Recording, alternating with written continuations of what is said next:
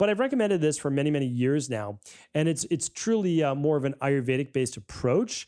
And caffeine, and I just put up an Instagram video on this not too long ago, maybe a couple weeks ago, if you're following along on social media, that anytime I consume coffee or caffeine, it's always after a meal. And I've taught this to my clients now for many, many years. So the reason why I recommend having caffeine after the meal, if you're going to have any caffeine at all, is that it blunts the stress effect on the body, which means you're not going to get the same degree of cortisol or adrenaline or norepinephrine spike.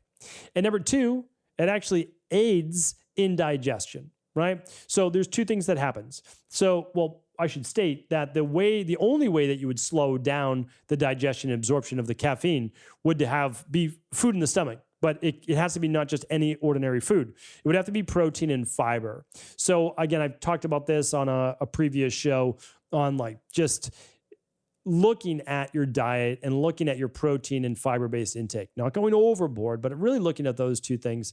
And let me see if I can find it for you. It's episode 2385. I talk about this, not in regards to caffeine, but really it's in regards to overall health. Because what's happening is you're improving satiety through the thermogenic effect of food, meaning like food that's a little harder to break down. And certainly that's going to be protein. And then, fiber also helps with that digestion as well. So, and again, I won't get into fiber today. I have lots of podcasts on fiber. So what I want you to think about is this. If you are consuming coffee on an empty stomach, almost no doubt about it, you are increasing your nervous system stress levels. You're putting yourself in a state of fight or flight.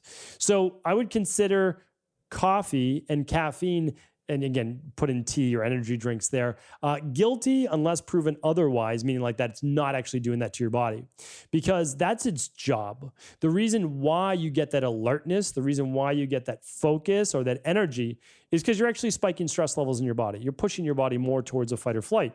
That's also why I say be careful with the amount of caffeine you take in. You really want to take in what I would consider the minimal dosage for best results.